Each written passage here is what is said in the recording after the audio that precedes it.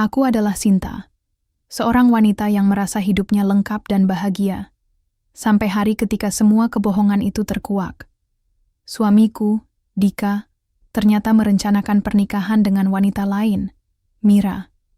Namun, pengkhianatan ini hanya awal dari permainan, berbahaya yang jauh lebih kelam dari yang pernah kubayangkan. Jika aku berpura-pura mati untuk mengungkap rahasia mereka, apakah aku siap menghadapi kebenaran yang akan menghancurkan segalanya, bahkan diriku sendiri? Namaku Sinta. Di antara denting sendok teh dan tawa kecil yang memantul di dinding rumah, aku selalu percaya bahwa kebahagiaan adalah hal paling sederhana. Bangun setiap pagi dengan ciuman hangat dari suami yang mencintaiku, memasak sarapan sambil memutar lagu-lagu lawas, dan menulis di meja kerja kayu di pojok kamar.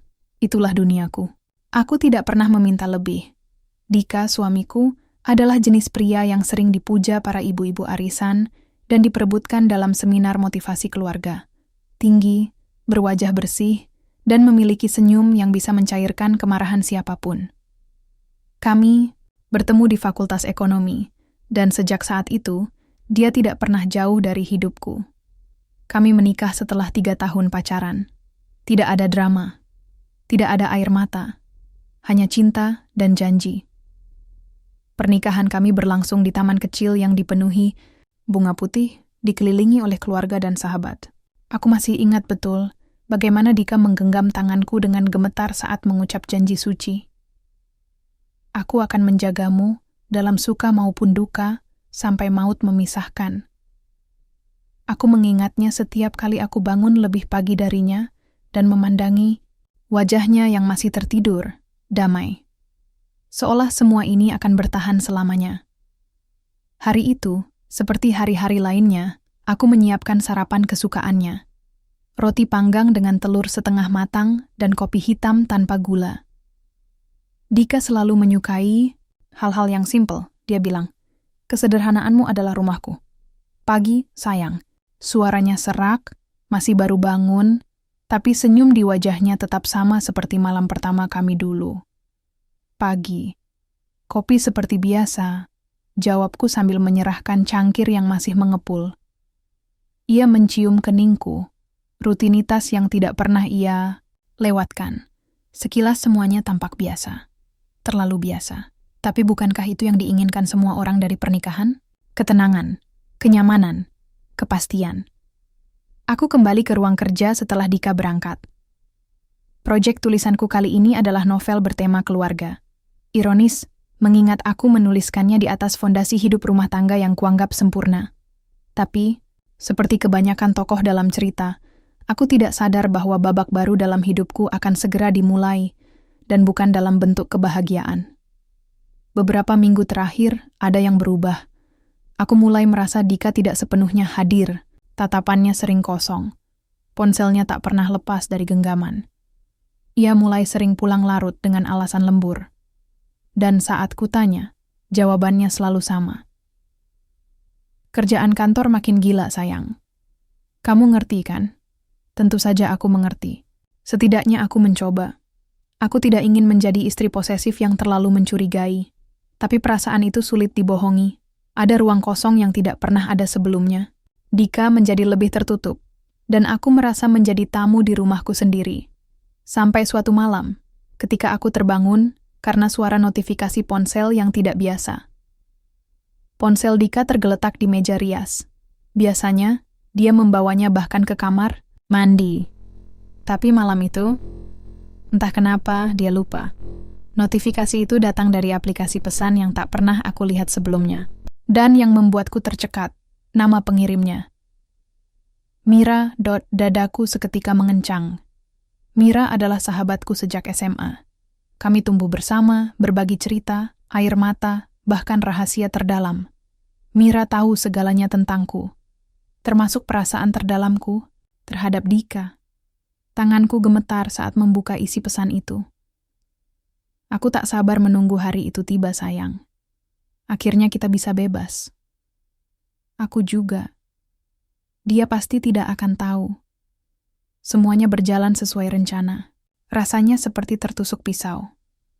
Tapi anehnya, tubuhku tidak bereaksi sebagaimana mestinya. Aku tidak menangis, tidak menjerit, hanya diam. Nafasku sesak, tapi tidak ada air mata yang turun. Aku hanya menatap ponsel itu, berusaha memahami arti kalimat-kalimat tersebut. Mencari alasan, mencari penjelasan. Tapi semuanya sia-sia. Kenyataan itu menamparku dengan brutal. Dika mengkhianatiku. Dan yang lebih menyakitkan, Mira, orang yang paling kupercaya, adalah pelakunya. Aku kembali ke tempat tidur, berpura-pura tidur di samping pria yang telah menghancurkan hidupku. Keningku masih dicium pagi itu. Tapi kini terasa seperti luka yang ditaburi garam. Hari-hari setelahnya berjalan seperti mimpi buruk yang tidak berkesudahan. Aku mencoba menyelidiki lebih jauh, menyatukan potongan-potongan yang selama ini kuabaikan. Dika sering keluar kota. Ternyata bukan untuk rapat, tapi liburan, diam-diam dengan Mira. Mira yang katanya sedang mengurus ibunya yang sakit, ternyata sedang menata hidup barunya bersama suamiku. Namun puncaknya terjadi ketika aku pulang lebih awal dari biasanya dan melihat mereka di rumahku, di ranjangku. Aku tidak meneriaki mereka, tidak melabrak, tidak marah. Aku hanya berdiri, menatap, dan mematung. Mereka panik tentu saja, tapi aku sudah tidak bisa mendengar apa-apa. Dunia menjadi senyap. Hanya satu kalimat yang terucap dari bibirku saat itu. Terima kasih. Kini aku tahu segalanya. Aku pergi malam itu, dengan langkah tenang. Bukan karena aku tidak hancur, tapi karena aku tahu sesuatu dalam diriku telah mati. Dan dari kematian itulah, aku akan membangkitkan sesuatu yang lebih mengerikan. Aku, Sinta, kembali berdiri di depan cermin yang selama ini menjadi saksi bisu kehidupanku. Pakaian tidurku masih rapi, rambutku masih digelung sederhana, dan wajahku masih wajah yang sama. Tapi perempuan di dalam cermin itu bukan lagi aku yang dulu. Matanya menyimpan luka yang dalam, terlalu dalam untuk dijelaskan. Aku tidak menangis malam itu. Tidak juga esok harinya. Tapi aku tahu, hatiku sudah porak-poranda. Selama ini aku percaya bahwa pengkhianatan terbesar datang dari orang jauh. Nyatanya, luka paling menyakitkan justru ditusuk oleh tangan yang dulu menenangkan. Beberapa hari setelah aku melihat mereka di atas ranjangku, Dika mulai mencoba bersikap normal. Seolah kejadian itu hanya kesalahan kecil.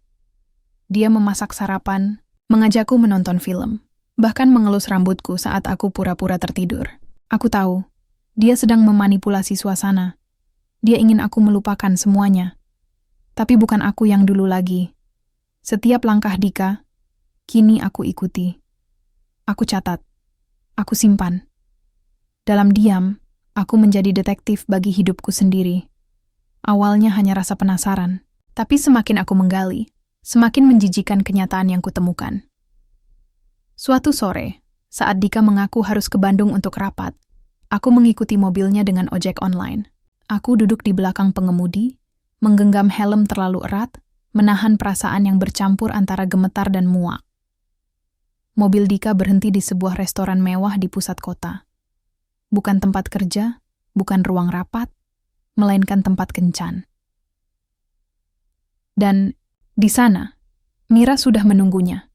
Duduk manis dengan gaun biru muda, senyum manis, dan segelas wine di tangan. Mereka tertawa, bersulang, saling menatap seolah tidak ada yang salah. Aku mengabadikan semuanya dengan kamera ponsel. Bukti-bukti kecil ini semakin hari menumpuk seperti bara yang siap meledak.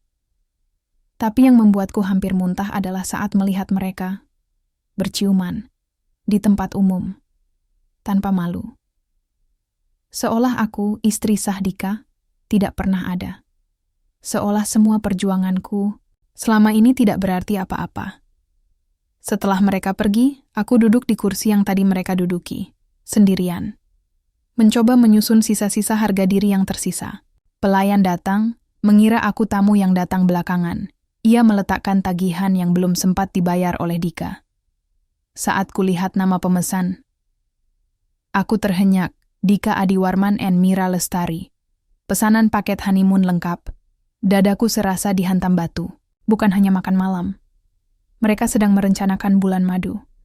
Aku pulang malam itu dengan kepala pusing. Ingin berteriak. Ingin menghancurkan segala yang ada di rumah. Tapi aku hanya menatap langit-langit kamar sambil menahan napas. Bertanya, dalam hati.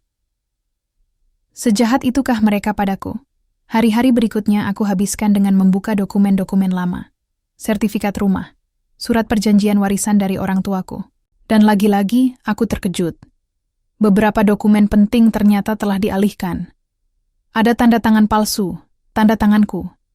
Dika telah memalsukan dokumen untuk menguasai seluruh asetku.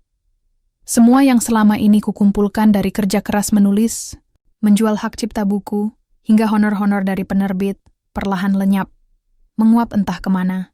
Mira, bukan hanya selingkuhan.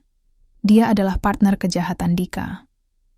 Aku menghubungi notaris yang dulu mengurus surat tanah kami. Namanya Bu Endang. Perempuan paruh baya yang ramah dan teliti. Tapi saat aku menemuinya secara langsung, wajahnya berubah. Nakaku, Sinta, saya pikir kamu sudah tahu, katanya pelan. Tahu apa, Bu? Tanyaku tenang, meski nadaku dingin. Sertifikat rumah sudah atas nama Dika. Beberapa bulan lalu kamu sendiri yang datang bersama Dika untuk menandatanganinya. Aku terdiam. Ingatanku seperti diseret paksa ke suatu sore saat Dika memintaku menandatangani beberapa berkas. Katanya untuk mengurus pajak. Aku percaya. Aku tidak pernah curiga. Dia memalsukan saya? Tanyaku dengan suara bergetar. Bu Endang mengangguk pelan. Saya minta maaf, Sinta. Saya benar-benar mengira kamu tahu dan setuju. Aku keluar dari kantor notaris dengan langkah gontai. Rasanya seperti hidupku telah diambil selembar demi selembar, tanpa aku sadar. Bahkan jejakku sendiri telah dicuri. Di tengah rasa marah, ada satu kalimat yang terus berputar di kepalaku. Mereka harus tahu bagaimana rasanya kehilangan. Saat itu juga, aku tahu, aku tidak bisa lagi hanya menangis. Tidak bisa hanya menyimpan bukti. Tidak bisa hanya menunggu karma datang. Aku harus membuat rencana, dan rencanaku dimulai dengan satu keputusan paling besar dalam hidupku. Aku akan menghilang, bukan melarikan diri, tapi memalsukan kematianku. Aku tahu ini gila. Tapi jika ingin melawan dua pengkhianat yang bermain bersih di mata dunia, aku harus bermain lebih kotor, lebih dalam, dan lebih diam. Aku menelepon seseorang. Seseorang dari masa laluku yang dulu pernah kubantu menyelamatkan hidupnya. Namanya Wira. Mantan wartawan investigasi yang kini hidup di bawah radar karena pernah mengungkap kasus besar dan diburu oknum. Tak dikenal. Aku tahu dia akan membantuku. Dia berutang padaku. Wira, aku butuh bantuan. Aku harus mati. Setidaknya di mata dunia, kataku. Di ujung telepon, terdengar tawa kecil. Akhirnya kamu pakai juga kartu itu, Sin. Dan disinilah semuanya dimulai. Aku Sinta akan mati, tapi bukan untuk menyerah, melainkan untuk kembali hidup. Sebagai bayangan, namaku Sinta. Dan hari ini, aku resmi mati. Langit sore menggantung kelabu ketika aku meninggalkan rumah untuk terakhir kalinya. Bukan karena aku tidak cinta, tapi karena aku tidak bisa lagi tinggal di tempat yang sudah dikotori dengan dusta. Rumah itu bukan rumahku lagi. Itu hanya bangunan kosong yang berisi kenangan palsu dan janji-janji yang tidak pernah ingin ditepati. Aku membawa koper kecil. Di dalamnya hanya ada pakaian secukupnya. Flash disk berisi semua bukti pengkhianatan Dika dan Mira, serta satu buku catatan tua milikku, tempat aku menuliskan seluruh perjalanan perasaanku. Aku menulis di dalamnya setiap hari, seolah menyusun ulang hidupku dalam diam. Rencana ini tidak main-main. Bersama Wira, kami menyusun skenario kematianku hingga ke detail terkecil. Wira adalah satu-satunya orang yang tahu segalanya. Ia yang akan menjadi jembatan antara kenyataan dan kebohongan yang akan kubangun. Aku tidak memberitahu siapapun, bahkan keluargaku. Tidak karena aku tidak percaya mereka, tapi karena aku tahu, semakin banyak yang tahu, semakin besar risikonya. Wira, menyiapkan segalanya, identitas baru, tempat tinggal sementara, dan satu berita palsu. Sinta Adiwarman, penulis novel ternama, meninggal dunia akibat kecelakaan di tol Cipularang. Aku melihat beritanya sendiri lewat akun anonim yang Wira buatkan untukku. Di foto itu, terpampang wajahku dengan latar belakang hitam putih. Wajahku terlihat damai, seolah benar-benar telah pergi. Di bagian bawah, tertulis, duka mendalam atas kepergian Sinta Adiwarman. Dunia sastra Indonesia kehilangan salah satu penulis paling berpengaruh. Duka cita dari suami tercinta, Dika Adiwarman. Doa dari sahabat terdekat, Mira Lestari. Tanganku mengepal. Mereka menangisi kematianku, yang mereka ciptakan. Dika mengunggah foto pernikahan kami dengan caption memilukan, seolah ia adalah suami yang patah hati karena kehilangan. Mira membalas dengan komentar, "Kini kamu tenang di sana, sahabatku. Aku akan menjaga Dika untukmu. Darahku mendidih, menjaga Dika untukku. Setelah merebut semuanya, setelah menikamku dari belakang, itu bukan duka. Itu pesta kemenangan. Hari-hari pertama setelah kematianku, aku tinggal di sebuah rumah kecil milik Wira di daerah pinggiran kota. Rumah itu sederhana, terpencil, dan jauh dari hiruk-pikuk. Sangat ideal untuk seseorang yang sedang menghilang. Wira orang yang tertutup, tapi kehadirannya cukup menenangkan. Ia tak banyak bertanya, tak banyak bicara. Ia hanya menyediakan kopi tiap pagi, menyusun rencana dengan tenang, dan sesekali menatapku. Dengan mata prihatin, seolah ingin berkata, "Maaf karena kau harus melalui semua ini." Aku menghabiskan hari-hariku dengan membaca ulang catatan-catatan lama, menelusuri semua file yang sudah kukumpulkan, dan mulai merancang langkah selanjutnya. Aku tak hanya ingin membalas. Aku ingin mengungkap. Wira membantuku menyusup ke sistem keuangan Dika. Melalui koneksi lamanya, kami menemukan aliran dana mencurigakan dari rekening pribadiku yang sudah dialihkan ke rekening milik Dika, yang kemudian ditransfer ke rekening atas nama perusahaan fiktif. Dan siapa pendirinya? Mira Lestari. Jadi ini bukan hanya soal perselingkuhan. Ini penipuan, penggelapan. Bahkan bisa masuk ke ranah hukum jika semua bukti berhasil kami kumpulkan. Dan aku akan pastikan itu terjadi. Seminggu kemudian Wira datang, membawa undangan pernikahan yang dikirim ke rumah lamaku. Dika Adiwarman dan Mira Lestari akan melangsungkan pernikahan pada Sabtu, pukul 6 sore, di Villa Andalas, Lembang. Aku menatap kertas itu dengan napas berat. Rasanya seperti membaca pengumuman eksekusi mati. Tapi bukan untukku, untuk mereka. Dan saat itulah, aku tahu waktunya sudah dekat. Aku akan datang ke pernikahan mereka. Bukan sebagai Sinta yang mati, tapi sebagai tamu asing dengan wajah baru dan tujuan yang belum pernah kurasakan sekuat ini, mengungkap segalanya. Di hadapan semua orang, Wira memandangku tajam saat aku mengutarakan rencanaku. Kau yakin ingin hadir langsung di sana? Mereka bisa mengenalimu. Aku tidak akan memakai wajah ini. Kita punya koneksi. Kau bisa bantu aku, bukan? Ia terdiam sejenak, lalu mengangguk pelan. Kita bisa buat riasan prostetik, sama seperti yang kupakai waktu menyusup ke sidang. Itu dulu. Aku hanya butuh 1 malam, 1 kesempatan. Wira menghela napas, lalu tersenyum tipis. Baik. Kalau ini caramu mengambil kembali kehormatanmu, aku ikut. Malam itu, aku berdiri di depan kaca lagi. Tapi kini, bukan untuk melihat luka, melainkan untuk mengingat siapa aku sebenarnya. Aku adalah Sinta. Wanita yang mereka kira lemah. Wanita yang mereka kira bisa dikubur dengan kebohongan. Tapi mereka salah. Aku akan kembali. Bukan sebagai korban, tapi sebagai saksi dari kebenaran yang mereka sembunyikan. Dan pernikahan itu akan menjadi panggungnya. Hari-hari menjelang pernikahan itu, terasa seperti gelombang yang menghantam pantai. Hatiku, setiap detik berlalu membawa aku lebih dekat ke momen yang sudah lama aku nantikan sekaligus kutakuti. Aku, Sinta, sedang bersiap untuk menjalani peran terbesar dalam hidupku, menjadi bayangan dari diriku sendiri. Pagi itu, aku duduk di kursi, depan cermin besar di studio rias milik Wira. Ruangan dipenuhi aroma cat dan bedak, serta suara gemericik alat kecantikan yang bersahutan. Di hadapanku, seorang wanita paruh baya dengan tangan terampil mengoleskan krim ke wajahku.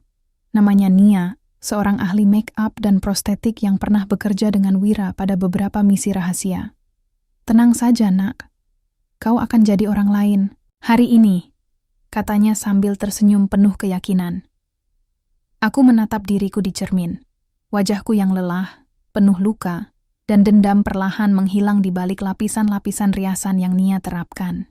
Hidungku tampak lebih mancung, garis rahang lebih tegas, dan warna kulitku berubah menjadi sedikit lebih gelap dengan sentuhan shading yang natural. Rambutku yang biasanya hitam legam, hari ini disamarkan dengan wig coklat keemasan yang tergerai, rapi. Saat prosesnya selesai, aku nyaris tidak mengenali diriku sendiri. Aku bukan lagi Sinta yang dulu. Aku menjadi sosok baru, lebih dingin, lebih percaya diri, dan lebih siap untuk menaklukkan dunia yang telah mengkhianatiku. Wira mengangguk puas saat melihat hasil akhirnya. Kau siap menyelinap ke dalam sarang ular. Aku mengangguk pelan, jantung berdebar. Aku hanya berharap semua ini tidak sia-sia. Hari itu, aku mengenakan gaun panjang warna merah marun yang sederhana tapi elegan. Aku sengaja memilih warna ini karena merah melambangkan keberanian dan kemarahan. Dua hal yang aku rasakan kini bersatu dalam hatiku. Aku menyelinap ke dalam mobil Wira, yang mengendarai kami menuju villa tempat pesta pernikahan itu akan berlangsung.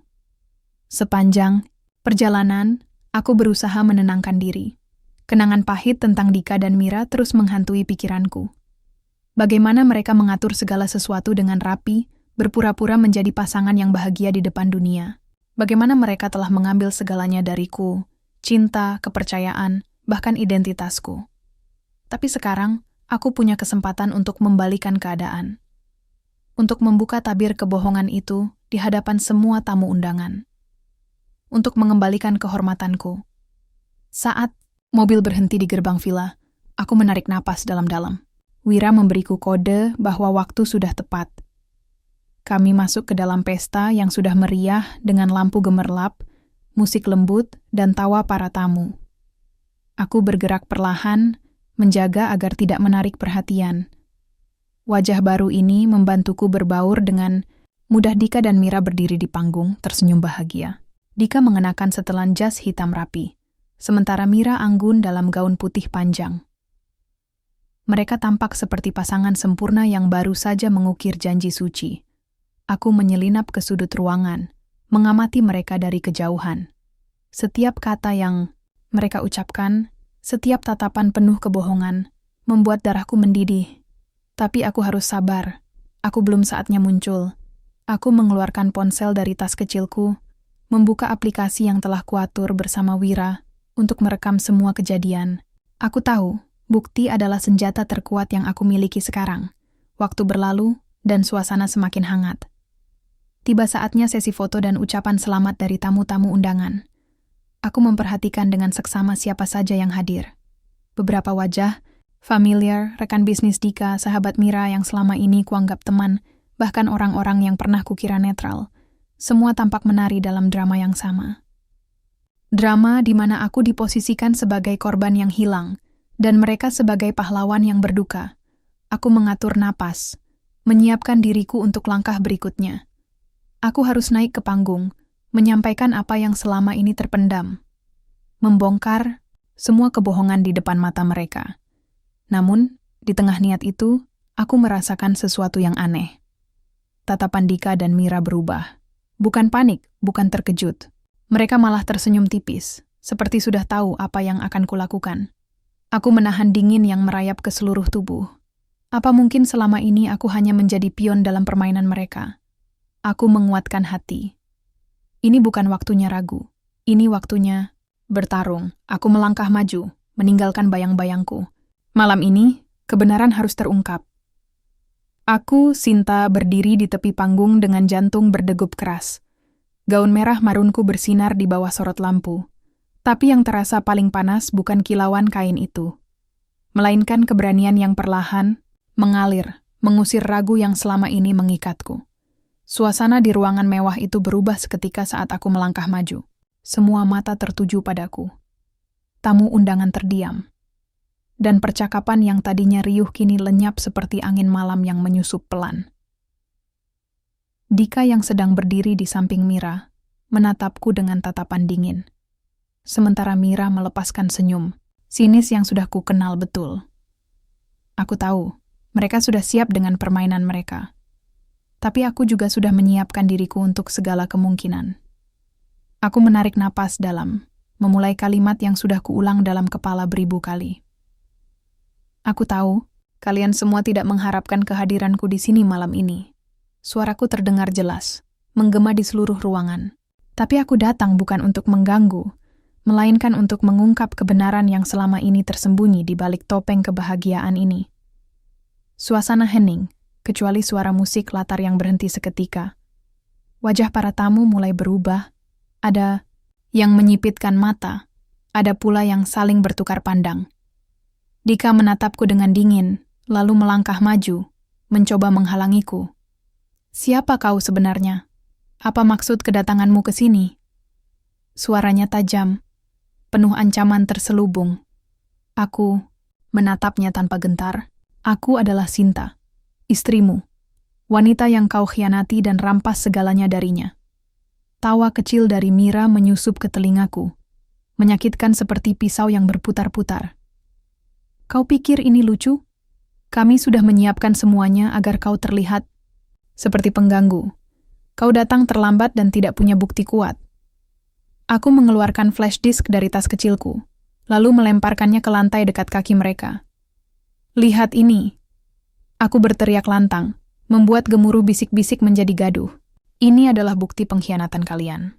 Bukti transfer uang yang mencurigakan, dokumen palsu yang menandatangani asetku atas nama kalian, serta rekaman kalian berdua saat merencanakan pengkhianatan ini.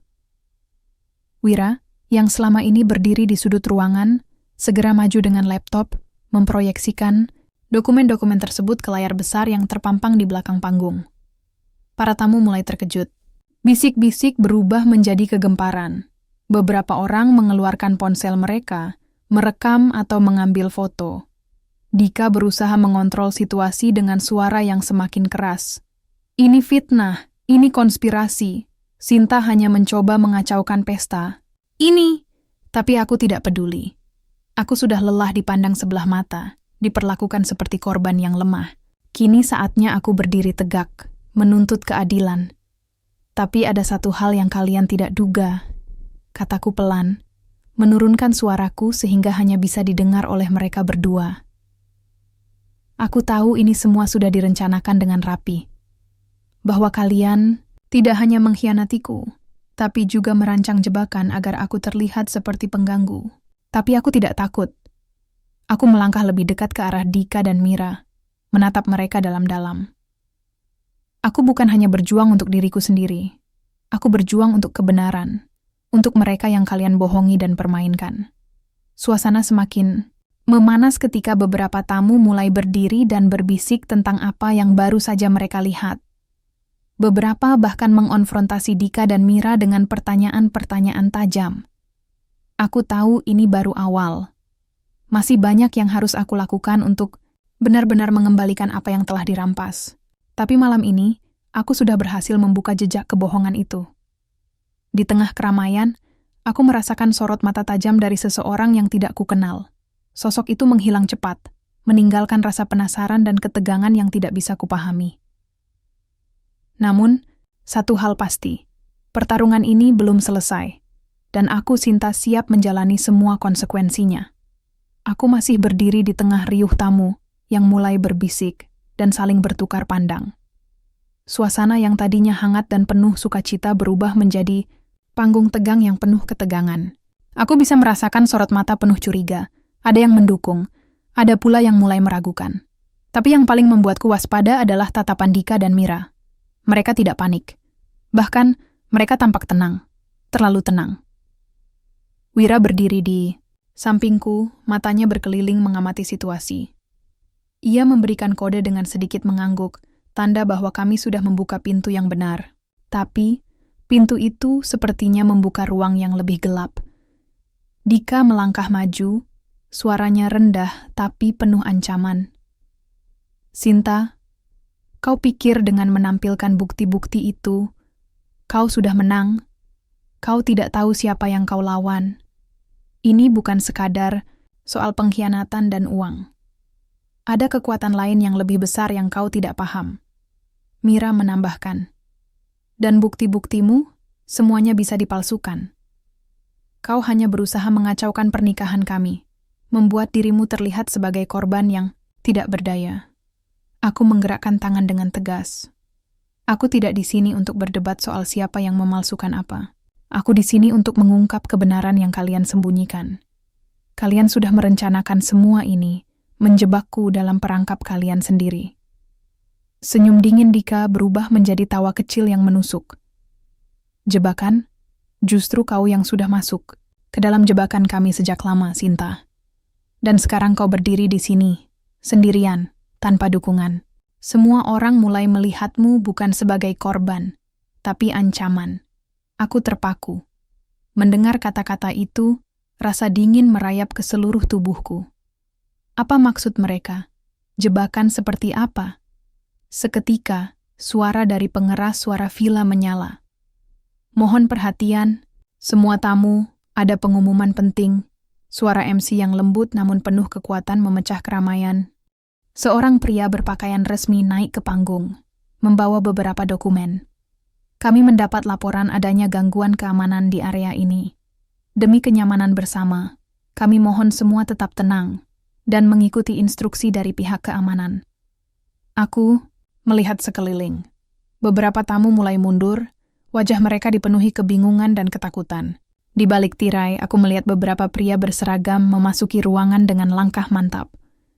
Tiba-tiba, seorang petugas keamanan datang mendekatiku dengan nada dingin. Ibu, kami diminta untuk mengamankan Anda.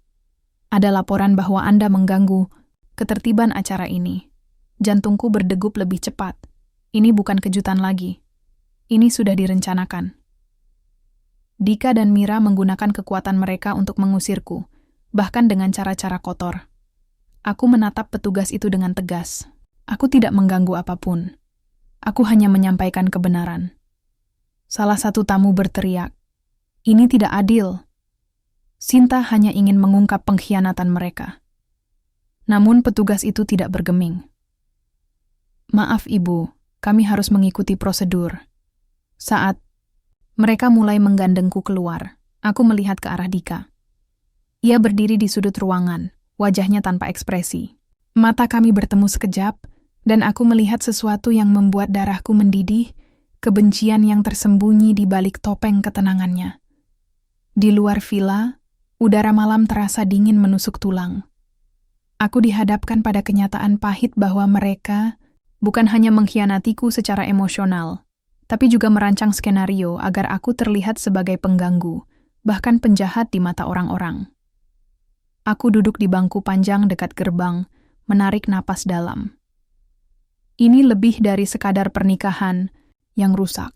Ini adalah perang psikologis yang mereka lancarkan untuk menghancurkanku. Tiba-tiba, ponselku bergetar. Sebuah pesan masuk dari nomor yang tidak kukenal. "Kau pikir kau sendirian? Aku tahu segalanya. Hati-hati dengan langkahmu berikutnya." Aku menatap layar dengan mata membelalak. Siapa dia? Musuh atau sekutu? Dan apa yang sebenarnya sudah mereka rencanakan di balik layar? Aku tahu, pertarungan ini belum selesai. Bahkan, aku baru saja memasuki babak paling gelap dari kisah hidupku. Dan aku harus siap menghadapi apapun yang menantiku. Malam itu, pesan misterius yang masuk ke ponselku terus berputar di kepala. Siapa dia? Kenapa dia tahu semua rahasiaku? Dan apa yang dia inginkan dariku? Tapi satu hal yang pasti, aku tidak bisa mengabaikan peringatan itu. Aku duduk di dalam kamar kecil yang diberikan Wira, tempat aku bersembunyi setelah insiden di villa. Rumah itu terasa sepi, tapi pikiranku bergolak, tidak henti-hentinya. Aku mencoba mencerna semua yang telah terjadi. Pengkhianatan Dika dan Mira, jebakan yang kubawa ke pesta pernikahan, Dan kini pesan ancaman dari sosok tak dikenal. Wira, aku memanggil saat dia masuk membawa secangkir kopi. Kau lihat pesan ini, apa menurutmu aku bisa percaya? Wira menatap layar ponselku dan mengernyit. Pesan seperti ini bukan iseng biasa. Ada yang mengawasi dan ingin mengontrol keadaan. Kita harus waspada. Kalau begitu, siapa yang bisa menjadi dalangnya? Tanyaku, frustrasi. Wira menghela napas panjang. Bisa jadi seseorang yang dekat dengan Dika atau Mira. Mungkin juga orang yang selama ini diam-diam memantau kalian. Atau bahkan, seseorang dari lingkaranmu sendiri. Aku termenung, mencoba mengingat setiap orang yang pernah ku kenal. Siapa yang bisa begitu berbahaya sampai memasang jebakan untukku? Hari berikutnya, aku kembali menyusuri jejak digital dan keuangan Dika. Satu persatu aku menyusuri transaksi, email, pesan singkat, mencari pola yang mungkin terlewat. Dan kemudian aku menemukan sesuatu yang aneh. Sebuah akun anonim yang sering digunakan Dika untuk berkomunikasi dengan seseorang yang hanya dikenal dengan inisial R. Penasaran, aku meminta Wira menyelidiki lebih dalam. Setelah berjam-jam, ia kembali dengan informasi yang membuatku terkejut. R itu adalah Raffi, ujar Wira serius. Dia adalah manajer keuangan perusahaan Dika. Tapi lebih dari itu, dia orang yang punya pengaruh besar dan terkenal licik. Apa hubungannya dengan pengkhianatan ini? Tanyaku dengan suara bergetar. Wira membuka beberapa pesan yang berhasil ia dapatkan. Ada indikasi Raffi terlibat dalam pengaturan aliran dana, dan bahkan mungkin ikut dalam skenario jebakan terhadapmu. Aku merasa dunia berputar cepat. Tidak hanya Dika dan Mira, ada orang ketiga yang selama ini bersembunyi di balik layar, menarik. Tali-tali dari bayang-bayang. Malam itu, aku menerima panggilan telepon dari nomor yang sama dengan pengirim pesan ancaman. Suaranya dingin, penuh perhitungan. Kau mulai menyadari permainan ini, Sinta. Tapi jangan terlalu percaya diri. Ada banyak hal yang belum kau ketahui. Siapa kau? Apa maksudmu? Aku mencoba tetap tenang. Aku hanya ingin kau tahu bahwa kalau kau terlalu dalam menggali, banyak yang akan jatuh bersama-sama. Bahkan orang-orang yang kau kira sekutumu. Telepon itu terputus tiba-tiba, meninggalkan aku dengan rasa takut, tapi juga penasaran. Aku tahu, jebakan yang menantiku semakin dalam dan kompleks. Tidak hanya sekadar pengkhianatan suami dan selingkuhannya, tapi juga konspirasi besar yang melibatkan orang-orang di sekitarku. Beberapa hari kemudian, aku memutuskan untuk menemui Raffi secara langsung. Aku menyamar dengan wajah baru yang sudah kukenakan selama ini, dan menggunakan identitas palsu. Pertemuan berlangsung di sebuah kafe kecil di pusat kota.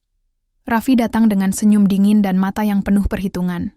Kami berbicara ringan pada awalnya, tapi aku bisa merasakan ada ketegangan yang bersembunyi di balik setiap kata. Kenapa kau ingin bertemu denganku? Tanyanya dengan suara lembut namun mengancam. Aku hanya ingin tahu apa yang sebenarnya terjadi. Jawabku tenang, tentang Dika, Mira, dan semua yang mereka lakukan. Raffi tertawa pelan. Kau terlalu dalam terlibat, Sinta. Kadang-kadang, lebih baik mundur dan menerima keadaan. Aku menatapnya lurus. Aku tidak akan mundur. Aku akan mengungkap semua. Kebenaran. Wajahnya berubah dingin. Kalau begitu bersiaplah. Karena perang ini belum berakhir. Dan kau bisa menjadi korban berikutnya. Aku meninggalkan kafe dengan perasaan campur aduk. Di satu sisi aku merasa terancam. Tapi di sisi lain, tekadku semakin membara. Aku tidak akan menyerah. Aku akan terus melangkah. Menembus jebakan yang tak terduga, dan menemukan cahaya di balik bayang-bayang. Malam, itu aku duduk termenung di kamar kecil yang kumiliki sebagai tempat persembunyian sementara. Lampu remang-remang menciptakan bayangan-bayangan di dinding, seperti bisikan-bisikan rahasia yang menuntut untuk terungkap. Setelah pertemuan dengan Raffi, seluruh dunia yang selama ini kupahami mulai retak satu persatu. Kebohongan, pengkhianatan, dan manipulasi bukan hanya berasal dari Dika dan Mira, tetapi jauh lebih rumit dan berbahaya dari yang pernah kupikirkan. Kupikir aku hanya berhadapan dengan pengkhianatan suamiku dan selingkuhannya. Namun kenyataan yang perlahan terkuak menunjukkan bahwa aku adalah bagian dari permainan besar yang telah dirancang dengan sangat rapi, bahkan jauh sebelum aku sadar. Hari-hari terakhir aku gunakan untuk menggali informasi sebanyak mungkin, berbekal bukti-bukti yang sudah kusimpan, dan data yang Wira berhasil kumpulkan dari sistem keuangan dan komunikasi rahasia mereka. Tangan mereka tidak hanya menodai kehidupanku secara pribadi, tapi juga merambah ke dunia bisnis dan keuangan yang selama ini kupikir ku kendalikan. Aku menghubungi beberapa kontak lama yang pernah bekerja dengan Dika dan Raffi, orang-orang yang mungkin tidak sepenuhnya loyal, yang bisa memberi aku gambaran lebih jelas tentang apa yang sebenarnya terjadi di balik layar. Satu persatu mereka mulai membuka mulut. Mereka bercerita tentang aliran dana gelap, perjanjian rahasia, dan konspirasi yang membentang luas. Raffi bukan hanya seorang manajer keuangan, tapi juga otak di balik pencucian uang dan pengalihan aset secara ilegal. Dika dan Mira hanyalah pion dalam permainan yang lebih besar. Mereka dipaksa, atau mungkin juga termakan janji-janji manis untuk membantu menutupi kebenaran. Semakin dalam aku menyelidiki, semakin berat pula beban yang terasa di dadaku. Aku menyadari ada banyak pihak yang terlibat, termasuk orang-orang yang kuanggap dekat dan bisa dipercaya selama ini. Pada suatu malam yang dingin, aku menerima pesan singkat dari nomor yang sama dengan pesan ancaman sebelumnya. Kamu terlalu dalam. Jangan main api jika tidak ingin terbakar. Aku membalas dengan satu kalimat pendek, penuh tekad. Aku tidak takut terbakar. Aku akan membakar semua kebohongan ini sampai habis. Pesan itu seperti pemicu yang membuatku semakin berani dan tidak akan mundur. Aku harus melangkah lebih jauh lagi, meskipun risiko yang akan aku hadapi semakin besar. Keesokan harinya, aku bersama Wira menyusun strategi untuk menghadapi badai yang akan datang. Kami memutuskan untuk mengumpulkan semua bukti dalam satu dokumen yang lengkap dan tak terbantahkan. Aku juga berencana mengungkap semuanya dalam sebuah konferensi pers di depan media dan publik, agar tidak ada ruang bagi mereka untuk menutupi kebohongan. Tapi sebelum rencana itu terlaksana, sebuah kejutan datang menghampiriku. Saat aku sedang memeriksa dokumen-dokumen di laptop, tiba-tiba terdengar ketukan pelan di pintu. Wira yang sedang keluar membeli makanan. Aku sendiri di dalam kamar. Aku membuka pintu perlahan dan melihat sosok yang sangat tidak kukira akan datang, Raffi. Matanya menatapku dengan campuran antara ketegangan dan ketulusan yang sulit kubaca. Kau tidak takut? Tanyanya. Suara seraknya memecah keheningan. Aku tidak punya pilihan lain selain takut dan melawan. Jawabku jujur. Raffi melangkah masuk tanpa menunggu izin. Aku di sini bukan untuk mengancammu. Aku datang untuk memperingatkan. Ada kekuatan besar yang ingin kau hancurkan. Dan mereka tidak akan segan menghancurkanmu terlebih dahulu. Aku menatapnya dengan penuh tanda tanya. Kenapa kau berubah? Pikiran? Bukankah kau bagian dari rencana itu? Dia menggeleng pelan. Aku memang terlibat, tapi aku juga terperangkap. Mereka mengendalikan semua aspek kehidupanku. Aku ingin keluar, dan kau adalah satu-satunya yang bisa aku percaya untuk menghentikan semuanya. Aku merasakan campuran antara keraguan dan keinginan untuk percaya. Namun, naluri bertarungku tidak bisa diabaikan. Kalau begitu, berikan aku bukti nyata. Aku harus tahu bahwa kau benar-benar di pihakku. Raffi mengangguk dan membuka laptopnya. Dia menunjukkan sejumlah email dan rekaman audio yang berisi pembicaraan antara Dika, Mira, dan para tokoh kuat lain yang mengatur konspirasi ini. Mataku membelalak membaca setiap kata yang tersusun. Semua bukti ini dapat menghancurkan mereka jika digunakan dengan benar. Hari berikutnya, aku dan Wira mulai menyiapkan konferensi pers. Kami mengundang sejumlah wartawan dan aktivis yang peduli pada keadilan. Aku tahu ini adalah saat yang paling berbahaya, tapi aku juga tahu ini adalah kesempatan terakhirku untuk membersihkan namaku dan mengembalikan keadilan. Ketika lampu sorot mengarah padaku, aku mengingat semua perjuangan yang telah kulalui. Pengkhianatan, luka, ketakutan, dan harapan yang tak pernah padam. Aku membuka konferensi dengan suara tegas. Aku, Sinta, berdiri di sini bukan hanya untuk membela diriku sendiri, tapi untuk mengungkap sebuah konspirasi yang telah merusak hidupku dan banyak orang lain. Satu persatu bukti aku perlihatkan kepada publik. Rekaman, dokumen, bahkan pengakuan Raffi yang kini menjadi saksi kunci. Media bergemuruh dan para hadirin tercengang. Di luar sana, para pelaku kejahatan mulai panik. Tapi aku sudah lebih dulu mempersiapkan langkah selanjutnya. Malam itu aku duduk di balkon menatap langit penuh bintang yang dingin. Semua yang terjadi membuatku semakin yakin bahwa perjuanganku belum selesai. Raffi duduk di sampingku, kini bukan sebagai musuh, tapi sebagai sekutu. "Kau kuat, Sinta," katanya pelan. "Dan aku akan membantumu sampai akhir." Aku menatapnya dan tersenyum lemah. "Terima kasih, aku tidak akan menyerah." Di balik bayang-bayang pengkhianatan yang begitu gelap, aku menemukan cahaya baru. Cahaya keadilan yang harus aku bawa hingga tuntas. Setelah konferensi pers yang menghebohkan itu, hidupku tak pernah lagi sama. Semua mata kini tertuju padaku, sebagai korban, sebagai pejuang, dan bahkan sebagai ancaman bagi mereka yang selama ini berusaha menutupi kebenaran. Aku tahu konsekuensinya besar, namun aku merasa lebih bebas daripada sebelumnya. Hari-hariku dipenuhi dengan rapat-rapat bersama tim hukum, diskusi strategis dengan wartawan, dan koordinasi dengan aparat penegak hukum yang kini mulai membuka penyelidikan atas kasus yang aku ungkap. Setiap detik terasa seperti pertarungan, bukan hanya melawan para pelaku pengkhianatan, tetapi juga melawan rasa takut dan keraguan dalam diriku sendiri. Wira selalu ada di sampingku, menjadi pendengar setia dan penopang.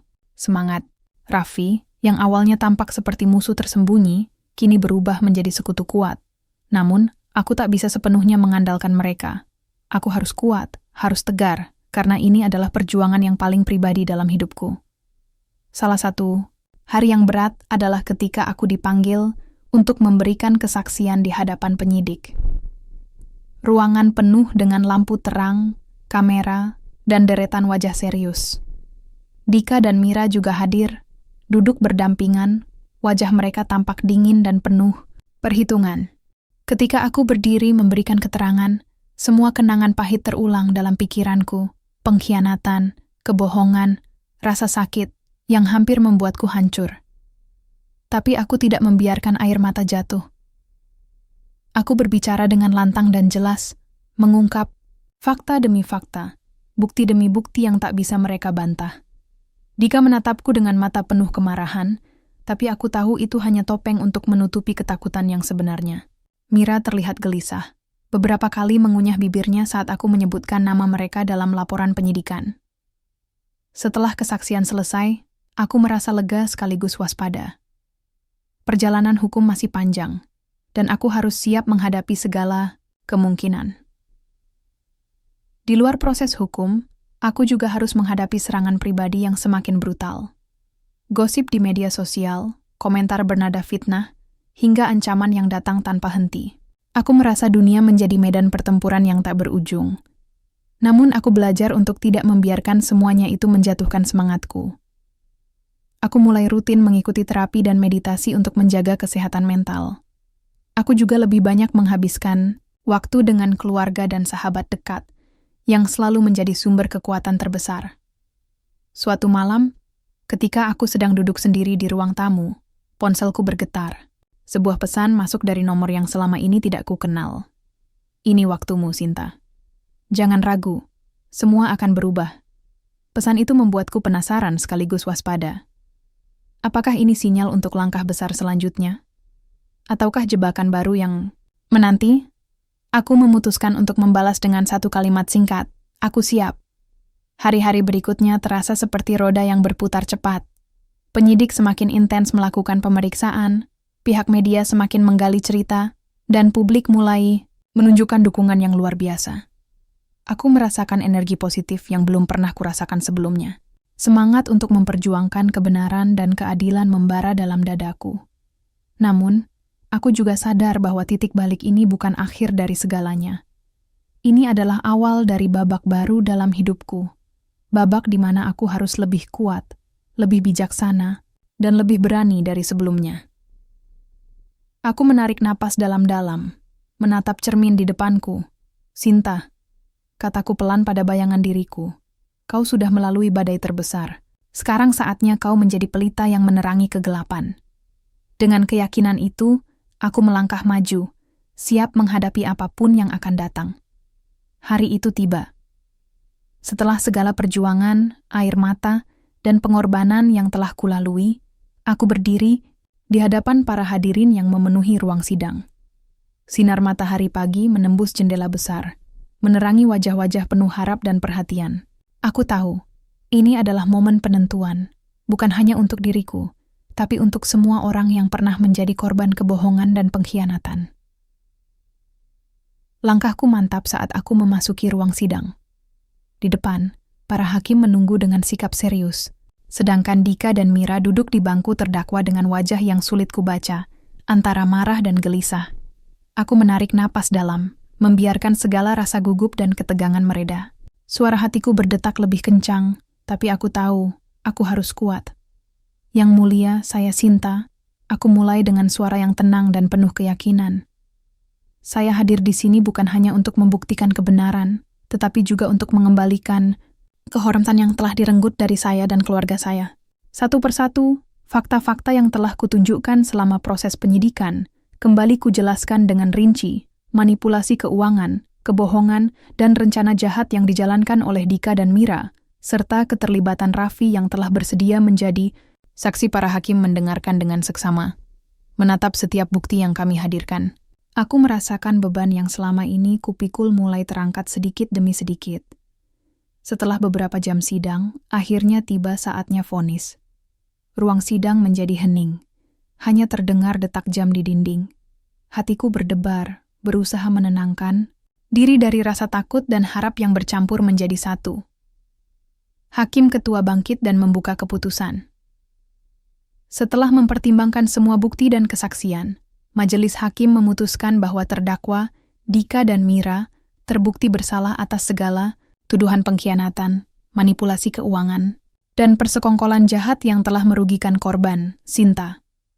Aku menahan air mata bahagia ketika vonis itu diumumkan. Keadilan akhirnya berpihak padaku.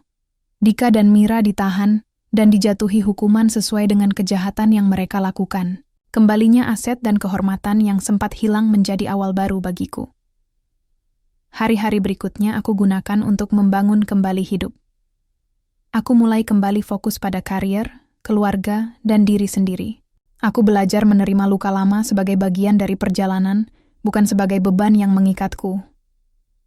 Raffi tetap menjadi teman dan sekutu, membantu memastikan agar semua proses hukum berjalan adil dan transparan. Aku juga berterima kasih pada Wira, yang tak pernah meninggalkanku di saat terberat. Suatu sore, saat aku duduk di taman sambil menikmati udara segar, aku teringat semua yang terjadi. Aku menulis dalam jurnalku, kehidupan mungkin penuh dengan pengkhianatan dan kegelapan, tapi selalu ada cahaya yang menunggu untuk ditemukan. Aku bersyukur karena aku berani melangkah, berani melawan, dan berani memaafkan. Kemenangan sejati bukan hanya tentang membalas, tapi juga tentang menemukan damai dalam diri. Aku tersenyum, merasa damai dan kuat. Aku Sinta, wanita yang pernah hancur, kini bangkit dengan penuh kehormatan. Ini adalah akhir dari satu bab dan awal dari perjalanan baru yang penuh harapan.